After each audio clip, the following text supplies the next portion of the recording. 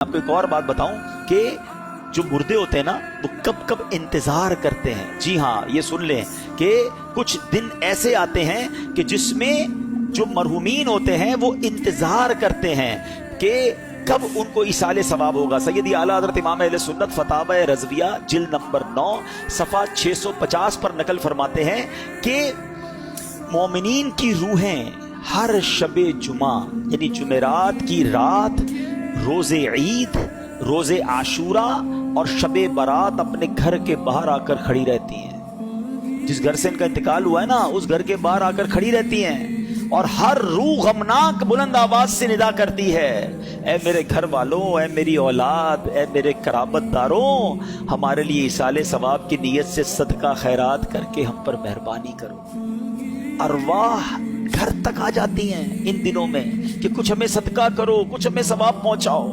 कैसी औलाद है जो अपने माँ बाप को दुआओं में भूल जाती है, कैसी औलाद है जो नेकियां। अव्वल प्रॉब्लम क्या, अब ये सारी बातों का पता है हल क्या निकलेगा कि औलाद तैयार कैसी की हमने। जो औलाद नमाजी ही नहीं है वो क्या इसाले सवाब करेगी।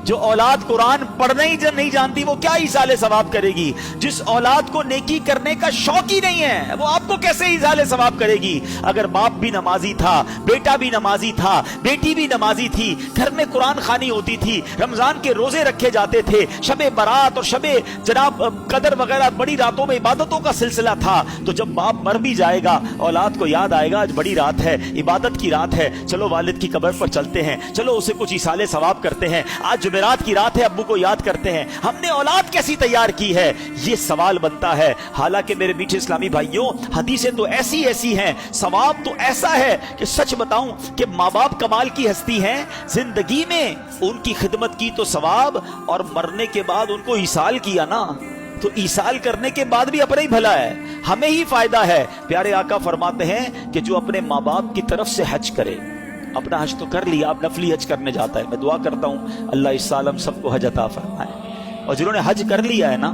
फर्ज अदा कर लिया है, अब माँ बाप के नाम का हज करना। क्यों?